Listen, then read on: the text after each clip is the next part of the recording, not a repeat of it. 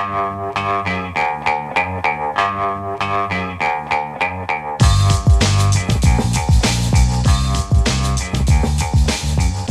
Lehrer on WNYC, and now we continue our election series, 30 issues in 30 days. Today we begin the final week of the series with the final 5 segments, 26 through 30. Today it's issue 26. On day 26, President Donald Trump is an issue in the New Jersey governor's race. Now, on one level, the gubernatorial race in New Jersey is being seen as a bellwether for how the nation is or is not approving of President Trump's second term in office. Of course, it's about a lot more than that, but it is also this. And he is making himself a factor on purpose, so much so that on Friday, and maybe you haven't heard this yet, the Trump Justice Department said it will monitor polling sites in Passaic County. If you don't know Jersey, Passaic is a purple county that also has a large immigrant population. Patterson is in Passaic County, for example, and Democrats are calling this voter intimidation. Joining us now to talk about how both Republican Jack Ciattarelli and Democrat Mikie Sherrill say they would deal with President Trump if they're elected governor, and other ways the president's influence is being felt in the tight race, is Nick Corasaniti, New York Times reporter covering national politics with a focus on voting and elections. Nick, thanks for coming on for this. Welcome back to WNYC. Oh, thanks so much for having me. Let's start with the basic fact that in their televised debate, Republican Jack Ciattarelli and Democrat Mikie Sherrill were asked to give Trump a letter grade for his performance in office so far. Let's listen to a little bit of that. Right now, I'd certainly give the president an A. I think he's right about everything that he's doing. He has secured the border and the economy. We've got inflation is much lower than it was when Joe Biden was in the White House, and particularly because of what he's done specific to New Jersey. Temporary halt on the wind farms, beating up on New York Democrats over the gateway over congestion pricing plan, and quadrupling the SALT deduction. Congresswoman. Amazing. I think that tells us all we need to know about who Jack Ciattarelli is supporting. I'd give him an F. Right now, we see at every single level, costs are going up on New Jerseyans. So whether it's the tariff costs that are costing you more from everything from a cup of coffee to the groceries you buy for dinner at night to the one big beautiful bill which will raise health care, energy, and housing costs. Well, you can't get more polarized than that.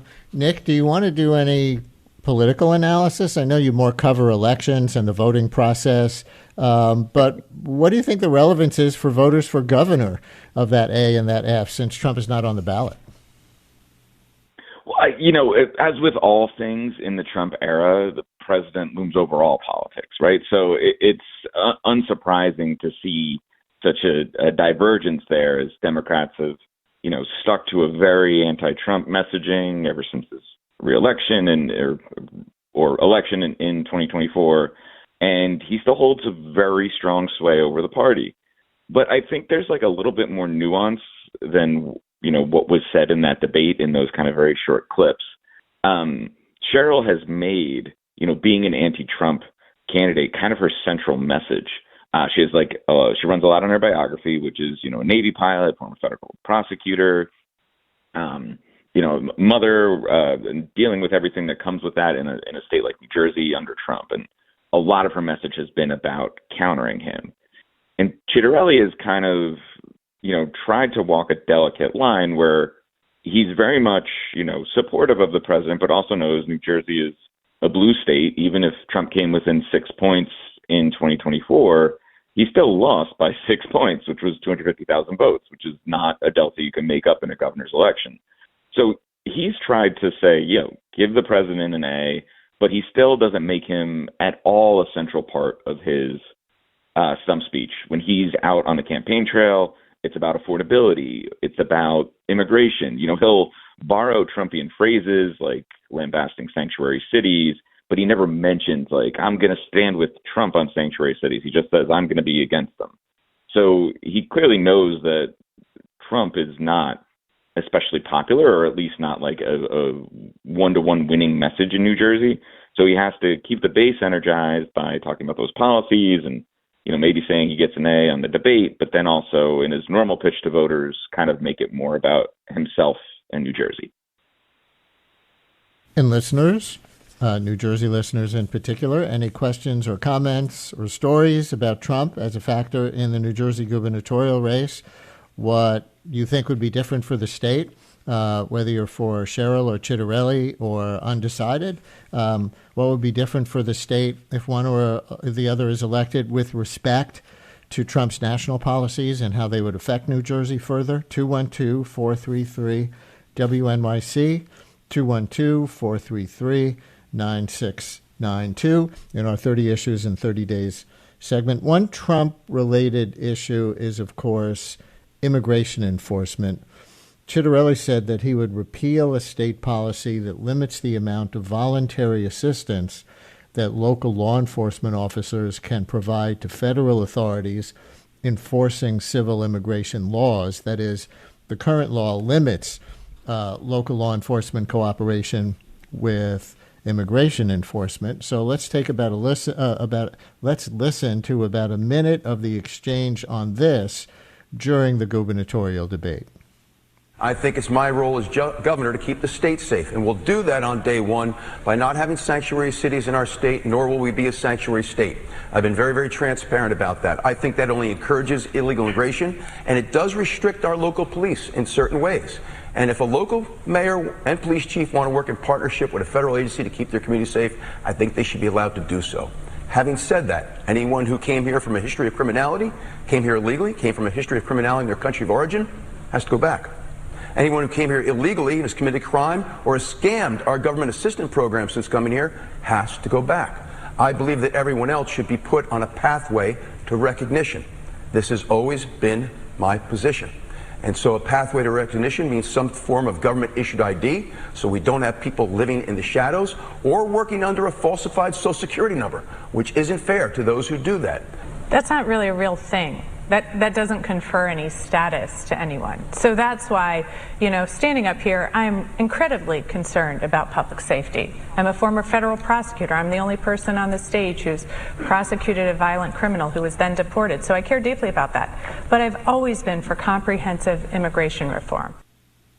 So that was from the ABC debate, just to give the producers credit on Channel 7 in New York, Channel 6 in Philadelphia.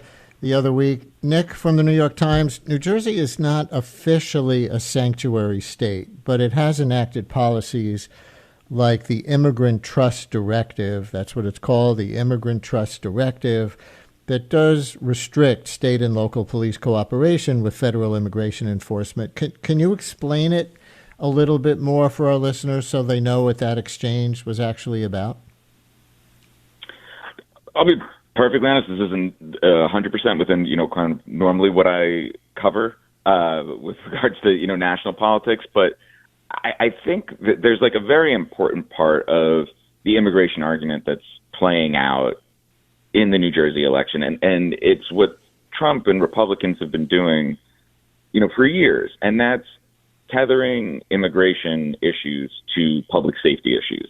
And so when you hear Jack Ciattarelli in that debate or on the campaign trail talking about sanctuary cities and welcoming federal law enforcement like ICE into New Jersey towns that might request it, it's always wrapped within this public safety argument, right? That there's some kind of crime being committed or that communities are less safe because of immigration.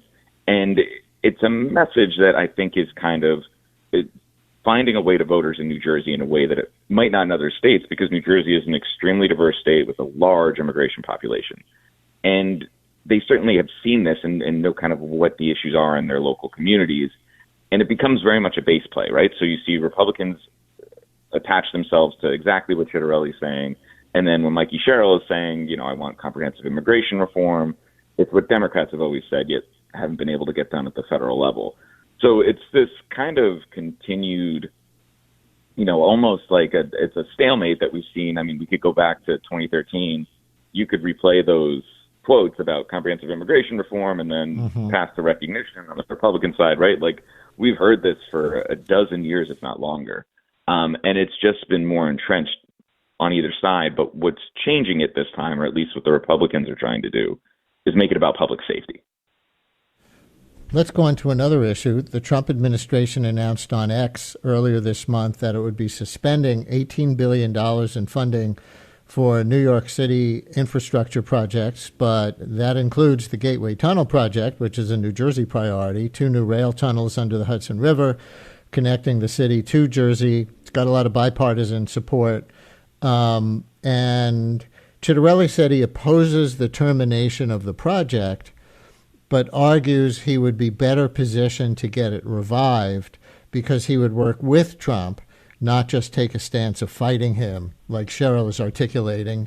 He says, we see similar arguments in the New York City mayoral race, right? One way or the other, working with Trump, opposing Trump, being loud against Trump, being quiet behind the scenes against Trump. Do you see this as a national campaign theme on things where various Trump policies might be unpopular? Very much so. This is kind of exactly how a lot of general elections are really playing out, with the president in the White House clearly making, like, if you're a political friend, he approves money faster.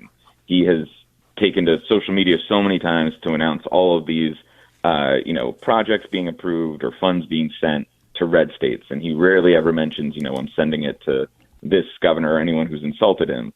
And it's become almost the main way that Trump has talked about in the New Jersey governor's race, kind of right now. Is Ciattarelli's pitch is, I can work with him, right? We're a state that gets federal funding and we'll need to continue Gateway, or we'll need money for different projects. Whereas Sherrill says, I'm going to stand up to Trump and we're going to sue him. That's her way of, fighting against Gateway, is this was an illegal move. You can't just, terminate a program that Congress has already appropriated funds for, which is a battle that we've seen in so many other states where, funding has been removed or terminated. But what's very interesting about Gateway specifically, I think, is that it kind of showed, that Ciattarelli's running around, and Trump himself has campaigned through via telephone rally for Ciattarelli. But by terminating Gateway, he's really throwing a wrench in the New Jersey governor's race. Like, this is one of the biggest infrastructure projects in the country.